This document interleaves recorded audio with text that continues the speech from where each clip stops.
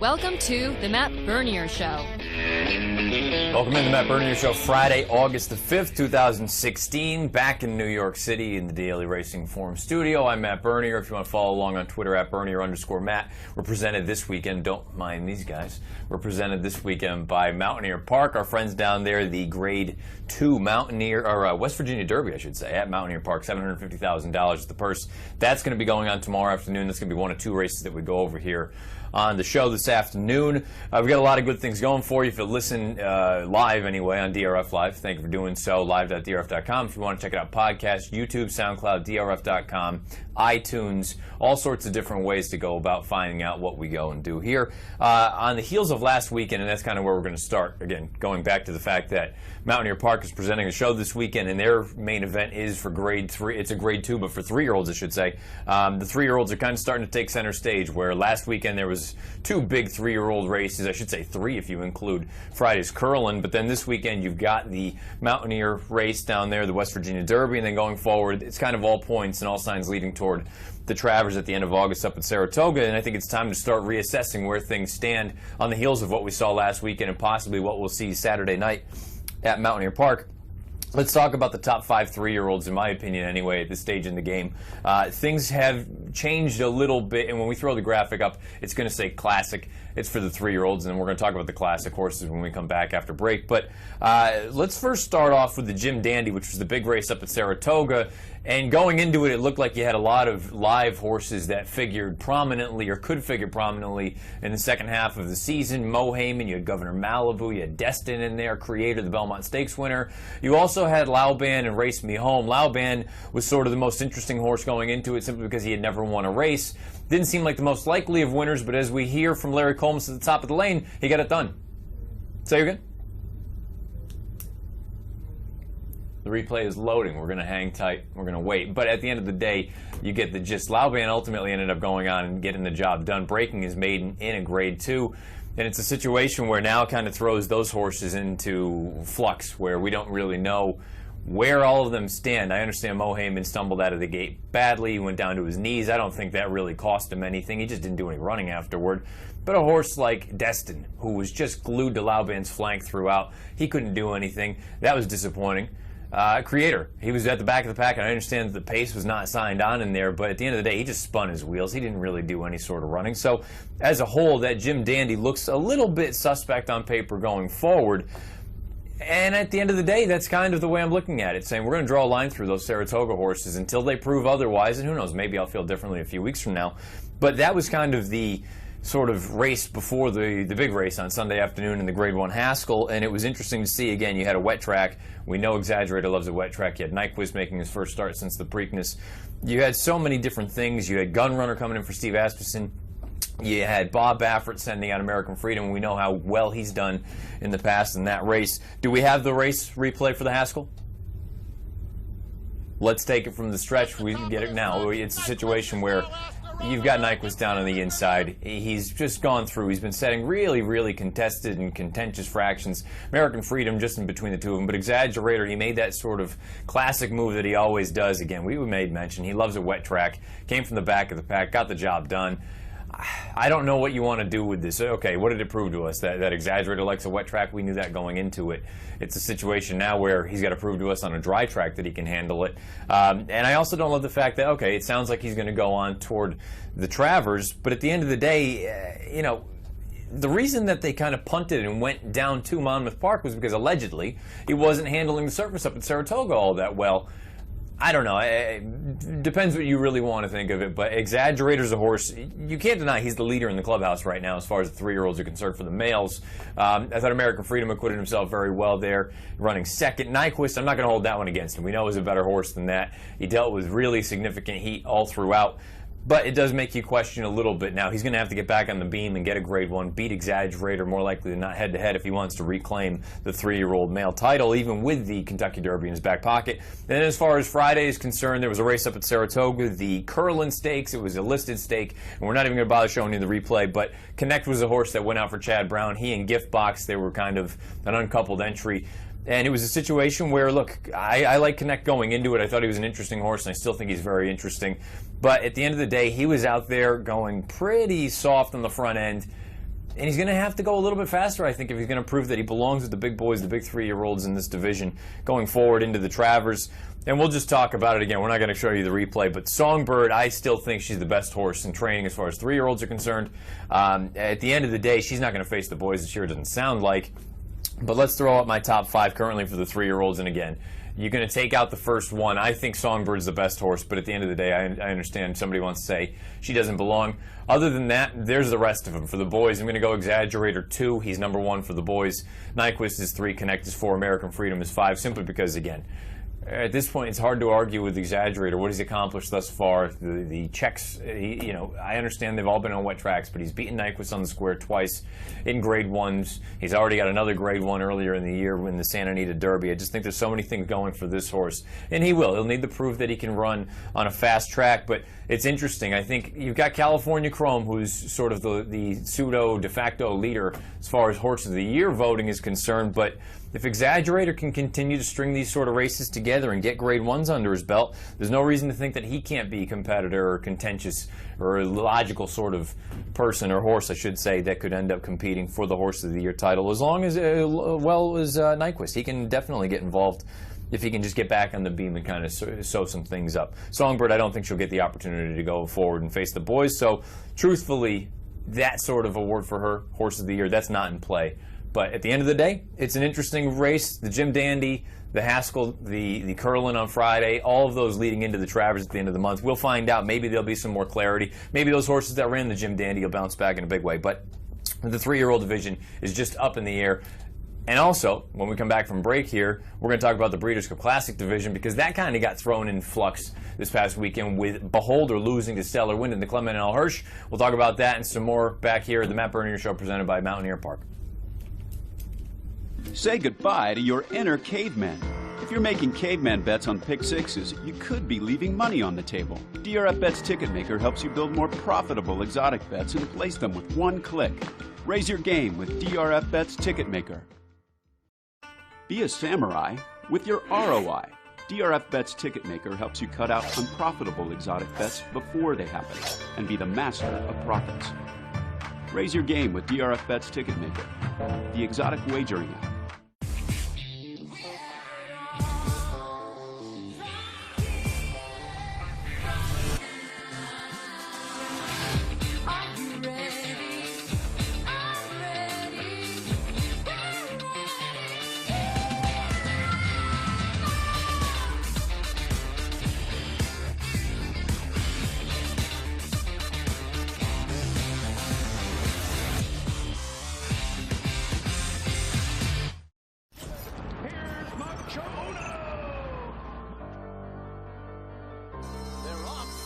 Breeders' Cup Classic.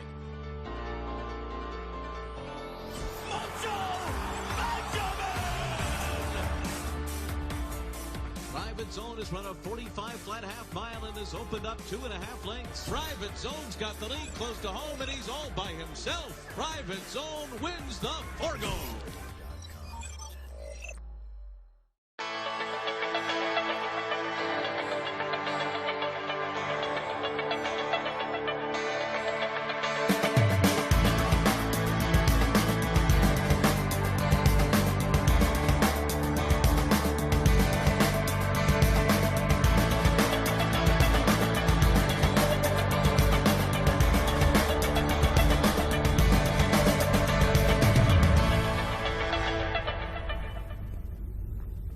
.1209 East Coast, 909 West, the Matt Bernier Show on DRF Live, presented this week by Mountaineer Park.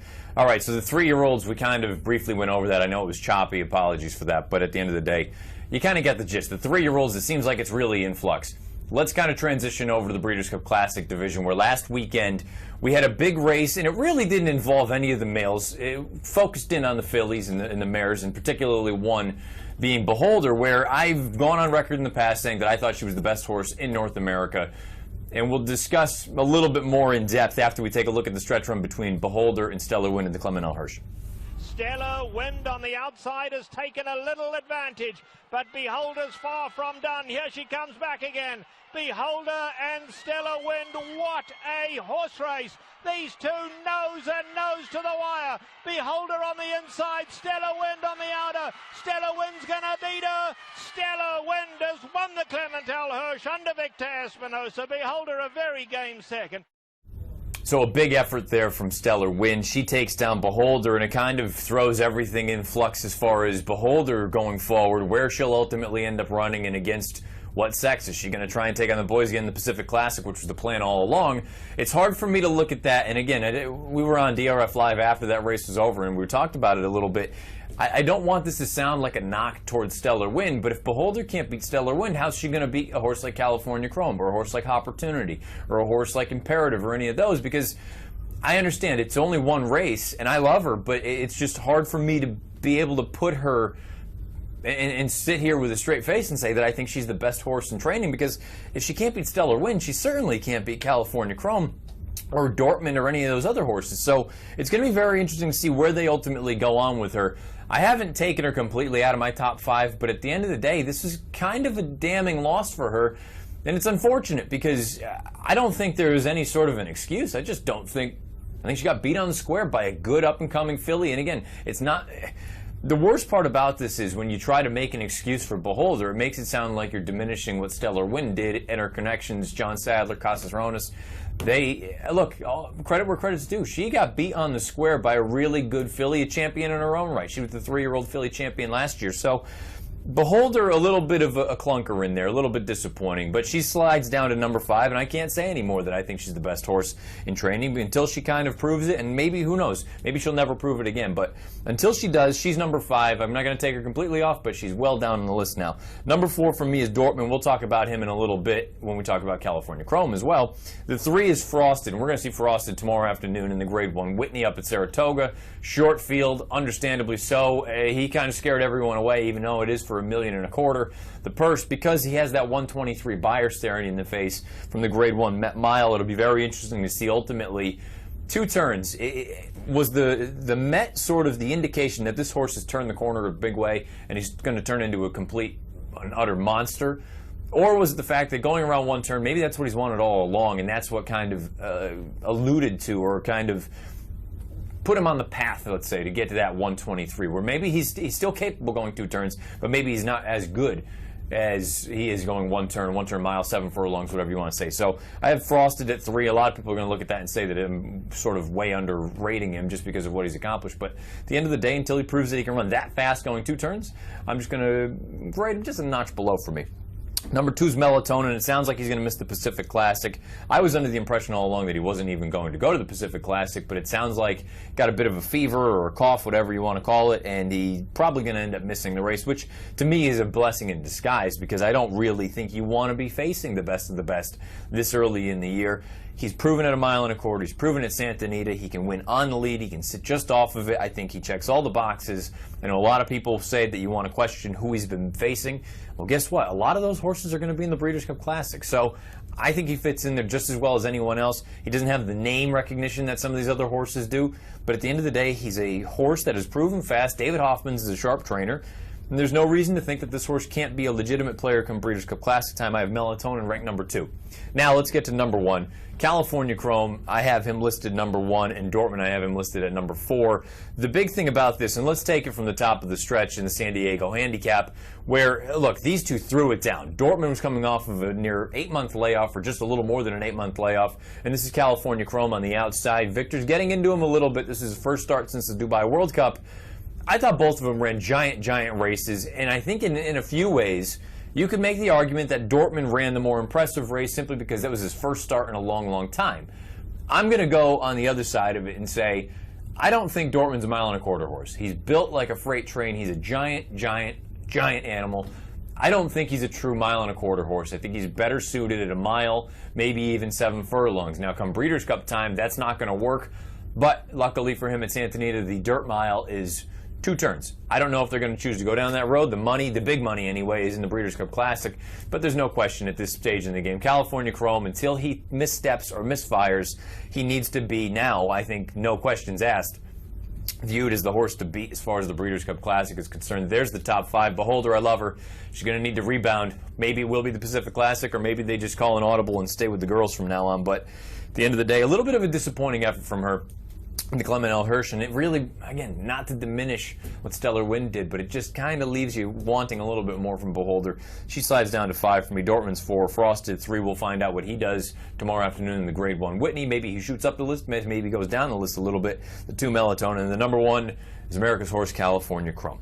We're going to take a quick break. The Matt Bernier Show here, presented by Mountaineer Park. When we come back, we're only going to go over 2 races this weekend. One of them is the La Jolla from Del Mar, and the other one, our presenting sponsor, Mountaineer Park. They've got the Grade 2 West Virginia Derby, $750,000 for the 3-year-olds. Back after this. Say goodbye to your inner caveman. If you're making caveman bets on pick sixes, you could be leaving money on the table. DRF Bets Ticketmaker helps you build more profitable exotic bets and place them with one click. Raise your game with DRF Bets Ticketmaker. Be a samurai with your ROI. DRF Bets Ticketmaker helps you cut out unprofitable exotic bets before they happen and be the master of profits. Raise your game with DRF Bets Ticketmaker, the exotic wagering app.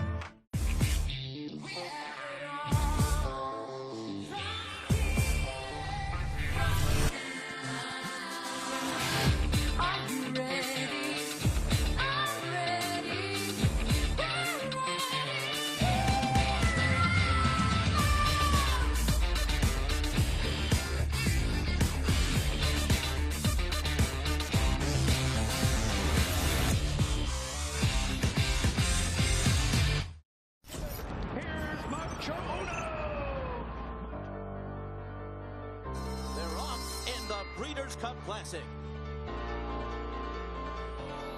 Macho Man!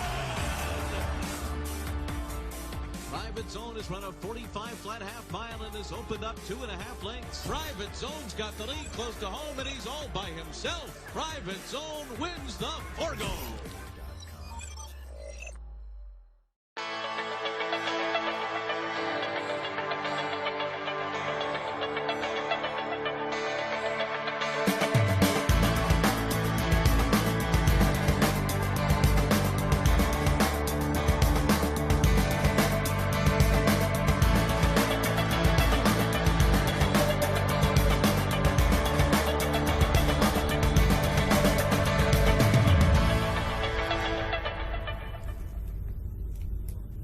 12:17 in the East, 9:17 the West. The Matt Bernier Show on DRF Live, presented this week by Mountaineer Park.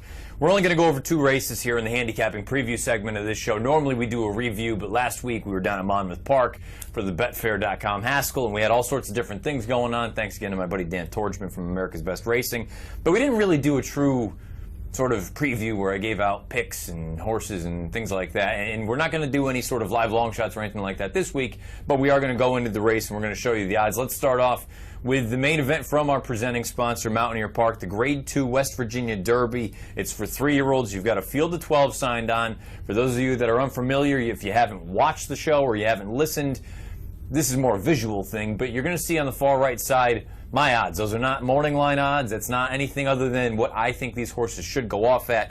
You've got a fascinating field. You've got 12 signed on in here. And really, it's going to come down to, for me anyway, how are they going to bet the race, they being the public? Because you look at this and say, a horse like Cupid, who's 3-1 in the morning line, I can't argue with anything he's done. Look, I love this horse leading up to the Kentucky Derby, but there was a part of me in his most recent start in the Indiana Derby that was very disappointed with the fact that he never changed leads at any point. And that's something he hasn't done in the past. And if you're talking about 3-1 on a horse that's likely to take some legitimate pace pressure early on, I think most directly from just drawn to the stall just next to him, the number 2, No Distortion, he hasn't changed leads. Now you got to go from 1 16 to 1 1/8. There's a lot of things at a short price that I'm not interested in. And at the end of the day, that's what the game's all about, trying to find value and demanding value. I look at Cupid. I give him a 15% chance. That shakes down to about 6-1. I know I'm not going to get 6-1. And even if I did get 6-1, that's probably a negative. It means he's ice cold on the board, and there's a reason for that. So for me, Cupid is a horse that I'm just not going to be using, and I'm trying to throw him out completely. I don't have him in my top 4 here for this race. I think it's going to be very interesting to see how the 3 Motom reacts and bounces back out of that nice score in the Ohio Derby, won by 3 lengths. 95 Beyer is the highest last out Beyer in the field. This is the kind of horse, 5-1 on the morning line. You got Joe Bravo, Tom Amoss, more than capable connection, second off the bench. If you think there's a fair chance that he takes a step forward, he's going to be very tough to deal with, particularly because his running style, he's going to come from the back of the pack. And it looks like there's plenty of speed signed on in this race. And you can also look through this horse's past performances. Anyone that paid attention to the trail up to the Kentucky Derby knows he just got in all sorts of trouble, numerous different occasions. Mainly Corey Lanerie trying to stay inside and save ground. Unfortunately, things didn't work out, and he got all jacked up a couple times. Most recently in the Ohio Derby, he had clean sailing, clean run, no issues, went on one for fun. He's going to get a good setup in here. He gets Bravo, who just seems to be doing, as he gets older, he's doing better and better. He's getting better mounts and in better stakes races. I just think it's a situation. Motom's a very live runner in this spot. I picked him third. I made him 6-1, 14% chance. He's 5-1 on the morning line. I wouldn't argue with anyone that wanted to take 5, but I'm just going to be a little bit greedy and say I want him at a little bit of a higher odds anyway, a larger price, I should say. That's a good way of putting it. Good English. The 12 sudden breaking news is a bit of an unknown or a bit of an X factor for me in this spot because I picked him in the Kentucky Derby in the paper. I bet him at 24-1. Thought he ran just fine. All things considered, the pace was signed on. He just not as good as those, and that's okay. The Belmont was concerning for me because he was very early to change leads on the far turn, and then down the lane he flipped back to his left lead, something very similar to what he did in the Kentucky Derby. Understand that they want to give him some time off. Comes back in this spot. I think it's a good starting off point. The outside post doesn't bother me because he's got one way to go. They're going to take him back. He gets reunited with Luis Quinones. I think it's going to be one of those things where now if he can take back, he's going to get the pace to run at. He's 9-2 on the line. I don't want him at 9-2. I want him at 6-1. I don't know that I'm going to get 6-1. And again, he's the kind of horse that I want to use underneath because I think there are a couple of horses that are a little bit more likely from a win standpoint. The 8 Adventist has been just a bit of a pet of mine for a long time simply because I think there's something there for Leah Giamatti. I just don't know that he knows what he's doing yet. Seems like he runs in spots. He's 8-1 on the morning line. I pegged him at 8-1. I think he's got an interesting sort of upset look, but he's got to be able to put it all together and get the job done, which at this point, or to this point, he hasn't been able to do that other than when he broke his maiden in his first lifetime start. That being said, he shows up and runs his race more often than not, and I think you can kind of rely on him to be able to run a decent race and put on a good showing and a good account of himself.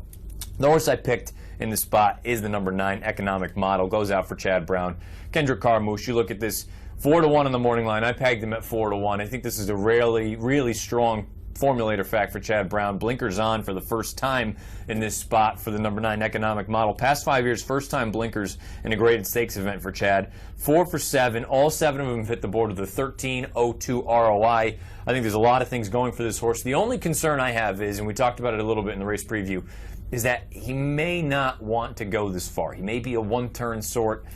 It'll be interesting to see if he can handle this add distance, but I think he's a very live shot in here. I gave him 20% chance. That shakes down to 4-1. Let's throw up the graphic one more time to show what I have for the odds for the Grade 2 West Virginia Derby, race number 8, Mountaineer Park, Saturday afternoon. I think it's a fun race. Basically, I'm taking a stand against Cupid. I like the 9 Economic Model. I like the 8 Adventist. It's going to be very interesting to see how things shake down. Let's move on to the La Jolla. Race number 9, Del Mar, Saturday afternoon. It's going to be one of the races that we won't be able to cover. This is going to be just at the very end of our DRF Live segment tomorrow afternoon, but you've got a full field of 10 signed on in here. Let's take a look at the field if we could. You go through this race really top to bottom. I think there's 5-6 horses in here that can run. I think there are 5 or 6 horses that are very intriguing runners in this spot. The 9 Ebidon is the one that I'm going to really kind of key in on simply because in his most recent start, the Oceanside, he had no chance. He got stopped badly at the back of the pack. And really, if you just draw a line through that race and you take that completely out of the past performances, that leaves you with 2 races, a 93 Beyer and an 88. I understand the run 2 back was against Older, and Ohio didn't come back to really flatter that all that much, and it's in the post. He does like to run second and third quite often, but Ebidon's a horse. I still think there's plenty of room for improvement. Norberto Arroyo Jr. takes them out. And in a race where it looks like he's probably going to get a fair setup, I don't think there's going to be any excuses for anyone trying to make that run from the back of the pack. plenty of speed signed on. I think Ebadon is a live shot in here. He's 12-1 in the morning line. If I got that, I would be over the moon. I've given about a 15% chance, 6-1. Really, there's 5 horses in this race that I think are true win candidates. The 3 Moonlight Drive may be the most likely, or one of the most likely in this spot, simply because tactical speed. Bob Baffert made it sound like he needed the race in a bad way in that Oceanside. And it's a situation now where he can be tactical, he can be close, and I think Bejarano may have moved a hair early last time out. Flavien Prat picks up the mount. Prat has done very good work with Baffert in the past simply because he's now the main go-to rider for Opportunity. I think this horse has got a big chance. Picked him second. Won't be surprised at all if he's the one that visits the winner's circle. The number 6, Lucky Brian for John Sadler and Costaronis. This is a nice horse. Thought the most recent start. I know it was 9 winners of one other than. Thought it was a very good effort. I think this one coming into this in very good form, and really you go back in the Rainbow, a little bit of a disappointing effort, but the one in Singletary, I thought that really showed that he belonged with these sort of horses. I know he didn't quite get to a horse like Tristan's Trilogy and Arcature, but I think that was just nothing more than a starting off point. I think Lucky Brian comes into this in good form. Let's take a look at the odds again one more time if we could. I give him about a 5-1 shot in this instance. 17% is what that shakes down to. The 2, Liam the Charmer, is also one in this area that I'm looking at saying, if he can run back to that Rainbow, and I know he was beaten by Mr. Rory, but if you go back and watch the race, he was wide every step of the way. I've got 4-5 path, 4-5 path, 5-6 path, 4-5 path. He finished full of run, basically in hand. This is a huge effort considering how wide he was throughout. I think, again, he gets an honest pace set up. It'll be interesting to see where he's positioned, though, underneath Santiago Gonzalez, simply because he has tactical speed. He's shown 2 back that he doesn't need to come from a mile out of it. I think he's going to be in some sort of a mid-trip pack, or a mid-pack trip, I should say, and ultimately he may get the jump on a horse like Ebadon, where he sits just off of Moonlight Drive, and then they throw it down for that final 16th of a mile. I think it's a fascinating race. The 9th race at Del Mar, again, unfortunately we won't be on for it on DRF Live. That'll be right after we go off, but the Great de La Hoya, fascinating race. My pick in the race is the 9 Ebadon, but I think you can go 5 different ways. And I didn't even get to mention the 8 Monster B, who won the Oceanside on opening day. He's coming back. He just seems to be getting better and better for Peter Miller and Gary Barber. But I think he's one of 5 in here. For me, in order, 9, 3, 6, 2, 5. But again, it sounds foolish taking half the field in the 10-horse field. We're going to take a quick break here on the Matt Bernier Show, presented by Mountaineer Park. When we come back, we'll get you a recap, or I should say a weekend preview of what to come here on DRF Live, as well as the formulated races of the day for Friday. It's the Hall of Fame Stakes from Saratoga. Stay with us. Say goodbye to your inner caveman. If you're making caveman bets on pick sixes, you could be leaving money on the table. DRF Bets Ticketmaker helps you build more profitable exotic bets and place them with one click. Raise your game with DRF Bets Ticketmaker. Be a samurai with your ROI. DRF Bets Ticketmaker helps you cut out unprofitable exotic bets before they happen and be the master of profits. Raise your game with DRF Bets Ticketmaker, the exotic wagering app.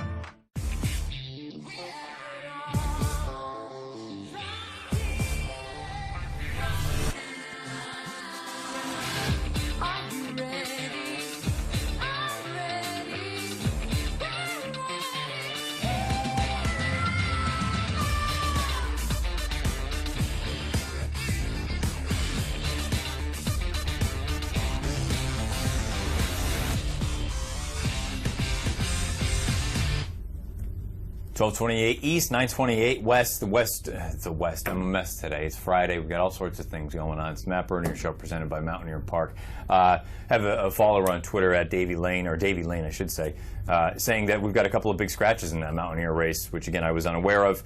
Economic Model, apparently, it sounds like, is out. Motom could potentially be out as well. So if those are indeed the case, and that is what the situation is, you're going to want to go back through, and obviously I'll have to adjust my own line as well. That's part of the value line. It's got to add up to 100 points with scratches, without scratches. So if those two do indeed come out, we're going to have to make some changes and look at the race accordingly, but I'll leave that up to you, good handicappers. Let's take a look and see what we've got on deck tomorrow afternoon on DRF Live. Starting at 4 o'clock Eastern, you'll begin with Dan Illman and Mike Beard. They'll bring you through a huge day at Saratoga. You've got all sorts of good graded stakes action, as well as down at Mountaineer Park, the Grade 2 West Virginia Derby. About halfway through that, just following the Weah, Beer and I will make the swap. Illman will stick around. We'll bring you through the rest of Del Mar and the Grade 1 Whitney up at Saratoga. It'll be a fascinating day of racing. You got all sorts of good stuff top to bottom. Going to want to be with us starting at 4 o'clock Eastern. on DRF Live. As far as the rest of today is concerned, you've got graded stakes action already coming up soon at Saratoga. I know we've got first posted about a half hour away, but later on in the day, you've got the Grade 2 Hall of Fame stakes. We're going to throw it to that momentarily, the Friday formulated race of the day. But in the meantime, this has been the Friday, August the 5th edition of the Matt Bernier Show, presented by our friends at Mountaineer Park. Again, tomorrow afternoon, their highlight and their main event of their meeting. It's the Grade 2 West Virginia Derby. It's for 3-year-olds, $750,000. If those scratches are indeed true, you're going to want to factor that in because those are two big scalps that could be coming out of that race. So, without further ado, let's tee it up. It is the formulator race of the day for Friday. It's the Grade 2 Hall of Fame Stakes. We'll see you next Friday here on the Matt Bernier Show.